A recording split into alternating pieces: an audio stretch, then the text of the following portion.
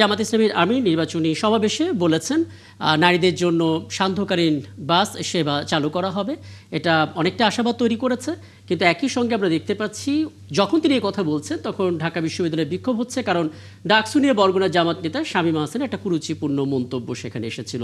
আমার প্রশ্নটা ছিল, এরকম বেফাস মন্তব্যগুলো, কুরুচিপূর্ণ মন্তব্যগুলো জামাত ইসলামী যারা ভোটার তাদের একটা আস্থার সংকট তৈরি করে কিনা আসলে? রাকিব ভাই, দুঃখিত, আমি ওই যে জামাত নেতার কোন কথা বলছেন বরগুনা থেকে কি মন্তব্য করছে এটা আমি আসলে খবরটা দেখতে পারি নাই। একটু বলবেন কি বলেছেন উনি? তিনি ডাকসুকে বলেছেন এটা মদের একটা আখড়া, এবং তিনি নারীদেরকে উদ্দেশ্যে বলেছিলেন এটা পতিতালয়ের একটি জায়গা। ঠিক এরকম একটা ন্যারেটিভ, এরকম একটা বক্তব্য তিনি দিয়েছিলেন। আমি আসলে সেই বক্তব্যটা কোট করে বলতে চাচ্ছি না এই অর্থে যে এটা একটা জাতীয় গণমাধ্যম। জি জি, তো প্রথম কথা যেটা বলেছেন দুটো তো ভিন্ন জিনিস। আমাদের এই আমির শফিকুর রহমান সাহেব যেটা বলেছেন, এটা নারীদের নিরাপত্তার জন্য। নারীরা অনেক সময় রাতের সন্ধ্যার দিকে বাসে যখন আসেন তখন পুরুষ মহিলা মিলে তারা একটু অস্বস্তি বোধ করেন, সেই জন্য নারীদের জিনিসটা কমফোর্টেবল করার জন্য, তাদের জন্য আরো বেশি নিরাপদ যাত্রা করার জন্য এই ব্যাপারটা করেছেন। এটা তো অবশ্যই প্রশংসার দাবিদার, তাই না কথাটা? একদম। তো এটা জাতি ধর্ম নির্বিশেষে দেশের সকল মানুষ এই ব্যাপারে তারা তাকে ধন্যবাদ দিবেন। এটা মানে সবার জন্যই সুসংবাদ। আর উনি যেটা বলেছেন সেটা আমি আসলে খবরটা না দেখে মন্তব্য করতে চাচ্ছি না। আচ্ছা, আরেকটা বিষয় একটু বলি, মানে জামাতের আরেকজন প্রার্থী তিনি বলেছেন যে কবরে গেলে অন্তত এটা বলতে পারবেন যে আপনারা দাঁড়িপাল্লায় ভোটটা দিয়েছিলেন। মানে এ জাতীয় বক্তব্য দিয়ে ভোটারদের আকৃষ্ট করার যে প্রক্রিয়া, এটা আসলে কতটা স্বাস্থ্যকর বা কতটা উচিত আসলে আপনার দিক থেকে? এটা কোন নেতা বলেছেন সেটা আমি জানি না, তবে মানুষকে শুধু মানে ভোটের ব্যাপার না, আমরা যেটা জানি মুসলিম হিসেবে, আমরা জীবনে এই দুনিয়ায় যা কিছু করব প্রত্যেক কাজের একটা জবাবদিহিতা থাকবে। সেই ব্যাপারটা তো মনে করায় দিচ্ছেন যে আমি যদি ন্যায়ের পক্ষে থাকি তাহলে ওই ন্যায়ের জন্য যত মানুষ কল্যাণ পাবে তার জন্য আল্লাহ তাআলার সন্তুষ্টি আমি পাবো। দুনিয়া ভালো হবে, আখিরাত। আল্লাহ তাআলা আমাদেরকে যে শিখায় দিচ্ছেন যে এই দুনিয়াতেও আমরা ভালো চাই, আখিরাতেও ভালো চাই। তো সেই ক্ষেত্রে উনি হয়তো বলতে পারেন যে এই ক্ষেত্রে জবাবদিহির একটা প্রশ্ন আসে। প্রত্যেকটা কাজের জন্যই প্রতিটা মানুষ জবাবদিহি করবে, শুধু ভোটের ব্যাপারে নয়। প্রত্যেকটা মানুষের, আমরা যেটা আমাদের ইসলামের যে বিধিবিধান থেকে জানি যে মানুষ তার প্রত্যেক কর্মের জন্য দায়ী হবে, ইহকালেও দায়ী হবে, পরকালেও দায়ী হবে। ইহকালে যত কাজ মানুষ করেন অনেক সময় বিভিন্ন ভাবে সেটার বিচার সম্পন্ন হয় না, কিন্তু মানুষের জীবনের সাথে কিন্তু পরকালের একটা সম্পর্ক আছে। বুঝতে পারছি। হ্যাঁ, ওই ব্যাখ্যাটা দেওয়ার ক্ষেত্রে কথা প্রসঙ্গে হয়তো তিনি বলে থাকতে পারেন, এমন একটা মন্তব্য আপনার জায়গা থেকে। আরেকটা বিষয়ে কথা বলবো, তার আগে ডাক্তার সায়ন্ত আপনি যদি কিছু জানতে চান। না, আসলে জামায়াত ইসলামের নারীর মর্যাদার প্রশ্নে তারা কি নারীকে রাষ্ট্র পরিচালনার দায়িত্বে দেখতে চায় না? যে আপনারা একটা আসনে একজন নারী প্রার্থী দেওয়ার মতো কোনো নারী পেলেন না, এত বছরের পুরনো একটা দল। নারীদেরকে সেকেন্ড ক্লাস বানিয়ে রাখতে চান, যে আপনারা নিজেরা পুরুষটা নির্বাচন করে যে কটা আসন পাবেন তার ভিত্তিতে রেশিও অনুসারে যে কটা সংখ্যা নারী আসন পাবেন, শুধু ওই কয়জনকে আপনাদের পছন্দের নারীকে বসাবেন, ভবিষ্যতে উচ্চ কক্ষ হলেও তাদেরকে ওই রেশিও অনুসারে বসাবেন, কিন্তু তারা নির্বাচিত হয়ে আসুক বা নারীদের পক্ষে পুরুষরা ভোট চাবে, কাজ করবে, এটাকে আপনারা মানতে পারছেন না? নাহলে একজন প্রার্থীও আপনাদের দেয়া হলো না কেন? এই কথাটা এই জন্য বললাম যে ডাকসুকে কেন্দ্র করে আপনাদের দলের নেতা যেটা বলেছেন সেটা নারীর প্রতি অত্যন্ত অবমাননাকর, অত্যন্ত বাজে, কুরুচিপূর্ণ একটা শব্দ তিনি ব্যবহার করেছেন, যেটা ওইখানে যদি ওই রকম পতিতালয় হয়ে থাকে, ঢাকা বিশ্ববিদ্যালয়ে শুধু ভিসি বাইরে থেকে আসছেন, ওইখানে সমস্ত শিক্ষকরা এখনো আছে, এবং বর্তমান ডাকসু নাকি ওই মাদকের আখড়া এবং ওই পতিতালয়ের থেকে উদ্ধার করেছে ডাকসুকে।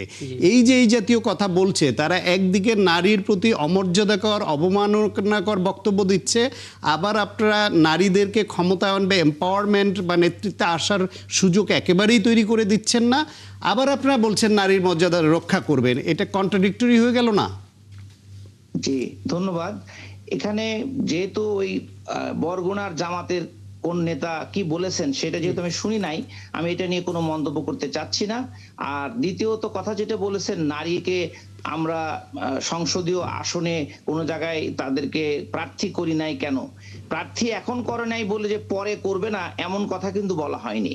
আমাদের শফিকুর রহমান সাহেব জামাতের আমির, উনি এর আগে বলেছেন জীবনের সর্বক্ষেত্রে, রাষ্ট্রের সর্বক্ষেত্রে, যেমন রসুল সাল্লাল্লাহু আলাইহি ওয়াসাল্লামের উদাহরণ দিয়ে উনি বলেছেন যে এমনকি সেনাবাহিনীতেও তখনকার সময়ে রসুলের যুগেও মেয়েরা কাজ করেছে পুরুষের পাশাপাশি। আর জীবনের সর্বক্ষেত্রে আসলে নারী আর পুরুষকে আলাদা না করে একদম একদম অধ্যক্ষ মোহাম্মদ আশরাফুল হক, মানে গতকালও আপনাদের দলের থেকে একজন অতিথি ছিলেন ব্যারিস্টার সাজ্জাদ আলী, এবং উনিও খুব চমৎকার করে বলছিলেন যে আজকে দেয়নি এর অর্থ এটা না যে আমরা দিব না, আমরা সামনে অবশ্যই দিব। এখন নারীদের দিক থেকে তো এই মনোভাবও আসতে পারে যে ঠিক আছে যখন আপনারা দেবেন তখন ভোট দিব, এখন ভোট দিব না, মানে তাদেরকে তো না, মানে কি এখন পর্যন্ত কি আপনাদের দলে একজন যোগ্য নারীও ছিল না যাকে নমিনেশন দেওয়া যায়? এটা কি খুঁজে পাননি ওইরকম কিছু? এটা যেটা আমি আবার করে বলছি, যেটা দেয়নি যে পরে দিবে না এমন কোনো কথা না, নয়। দেয়নি কেন নারীরা ওটাই তো জানতে চাচ্ছি। একজন নারীও যোগ্য কি আপনারা খুঁজে পাননি? এটা কি মনে হয় আপনার? এইটা পায়নি ঠিক তা না। আমাদের এই সংসদীয় যেগুলো আসন ছিল, আনুপাতিক হারে আসনগুলো, জি। যে 300-র মধ্যে আনুপাতিক হারে আসন যে আগেও নারী আমাদের ছিলেন, মানে মনোনীত যে ছিলেন সেগুলো তো আগে ছিল, তারা কাজ করেছেন। এখনো হবে না এই কথাটা বলা হয়নি, এবার দেয়নি হয়তো কোনো কারণ আছে, হয়তো ওইরকম তাদের আলোচনায় রাখছেন, চিন্তার মধ্যে আছে। না, ওই পরবর্তীতে কারণটাই আপনি জানেন কিনা? আপনি একজন সেই প্রার্থী কারণটা এবং এখন নেতা, পর্যন্ত আমরা এভাবে আমাদের কাছে আলোচনা হয় নাই, বলা হয় না কি কারণ। আপনার মনে কখনো প্রশ্ন জাগেনি যে আপনার দল কেন একজন নারী প্রার্থীও দেয় না?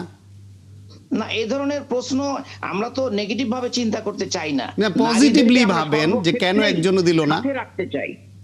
নারীকে ইসলাম যেমন এই সর্বোচ্চ সম্মান দিয়েছে, বাংলাদেশ জামাত ইসলামীও সর্বক্ষেত্রে সকল কাজে নারীকে সাথে রেখেছে। নারী আর পুরুষকে ভিন্নভাবে দেখার কোনো আচ্ছা, সুযোগ নেই। এখন আসলে এই আলাপটা করে কোনো লাভ হবে না, কারণ প্রার্থী যা দেওয়ার দিয়ে ফেলেছে। আমরা অপেক্ষায় থাকলাম জামাতে ইসলামের পক্ষ থেকে, হয়তো আজকে আপনি আসছেন, কোনো একদিন হয়তো জামাতে কোনো একজন নারী নেত্রীর সঙ্গে আমরা এরকম লাইভ শোতে কথা বলতে পারবো, হ্যাঁ, সে আশায় আসতেও থাকলাম। পারেন। জি, নারীরা তো নীলুফার কথা চৌধুরী বলছে। বনি, আপনার কাছে ডাকসু ইস্যুতে আপনার একটা বক্তব্য তো জানতে চাই, কারণ মাঠের রাজনীতি আপনারা করেছেন, সেই ছাত্র রাজনীতি আপনারা করেছেন। আপনাদের জায়গা থেকে এই জাতীয় বক্তব্যগুলো কতটা বিব্রতকর এবং আপনাদের দিক থেকে সেটা জানতে চাই। তারপর আমি আরেকটা ইস্যুতে একটু কথা বলতে চাই। জি, দেখেন, এটা আসলে এত বেশি লজ্জাস্কর, অপমানকর যে আমি বহুদিন আগে, বহু বছর আগে আমি ওই প্রতিষ্ঠানে পড়ালেখা করেছি। আমার কাছে ভীষণভাবে এতগুলো নারীর, এই মুহূর্তে ঢাকা বিশ্ববিদ্যালয়ে 53% নারী পড়ালেখা করে, 47% পুরুষ পড়ালেখা করে। এই 53% নারীদেরকে নিয়ে যে যারা এই ধরনের কথা বললেন, তারা তারা সামনের দিনে নিজেকে স্বপ্ন দেখছেন সরকার গঠন করবেন, কিংবা বিরোধী দলে থাকবেন, সরকার গঠন করলে 5 ঘন্টা নারীদের কাজ করাবেন, 3 ঘন্টা কমিয়ে দিবেন, সমান বেতন দিবেন, সন্ধ্যাকালীন বাস দিবেন। আবার নারীদেরকে পতিতালয় বা বেশ্যাবৃত্তির জন্য তারা উদ্বুদ্ধ করবেন, এই ধরনের বাজে কথা বলবেন। আপনি জানেন, পৃথিবীর সৃষ্টি হওয়ার পরে থেকে ভালো লোক যেমন আছে, মন্দ লোকও তেমন আছে। সেটার মধ্যে মানুষ হিসেবে নারী পুরুষ সবাই থাকে। সেইখানে ওনারা কিভাবে ঢালাও ভাবে এই ধরনের কথা বলতে পারে? আপনি দেখেন, এর আগেও একজন নারীকে কতটা অপমান করা হয়েছে নারীর উন্নয়নকে নিয়ে কেন্দ্র করে তাকে। তারপরে সেটা নিয়ে আমরা থানাতে নিয়ে যাওয়া দেখলাম, তারপরে আবার ছুটিয়ে কিভাবে বীরত্বের বেশে নিয়ে আসলেন দেখলাম। এরপরে নারীর কুশপুত্তলিকা ওই ঢাকা বিশ্ববিদ্যালয়ে আমরা পুরাতে দেখেছি, পিটাতে দেখেছি, পুত্তলিকাকে নারী বানিয়ে। এই যে নারীর অবমাননা।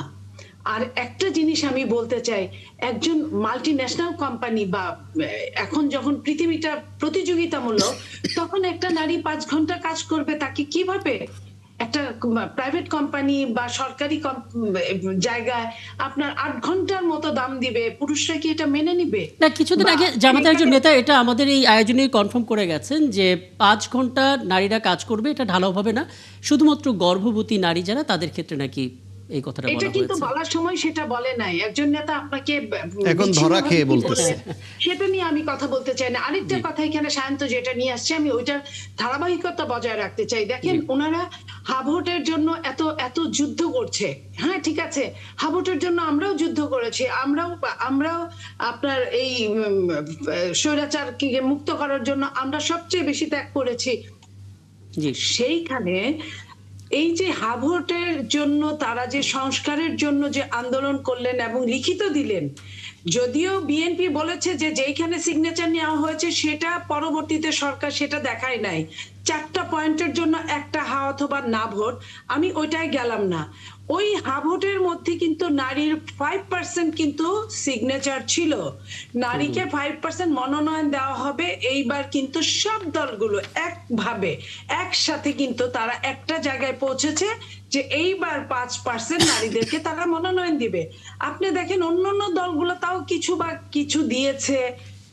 আপনার খোদ জামাত যারা এই হা ভোটকে নিয়ে এত আন্দোলন করছেন, তারা কিন্তু একটা নারীকে 0.001% নারীকেও তারা মনোনয়ন দেন নাই। তাইলে তারা যা বলেন তা করেন না, আর যা করেন তা বলেন না, এটা কিন্তু প্রমাণিত হয়ে গেছে। কথা ছিল এইবার ত্রয়োদশ জাতীয় সংসদে তারা 5% দিবে প্রত্যেকটা দল।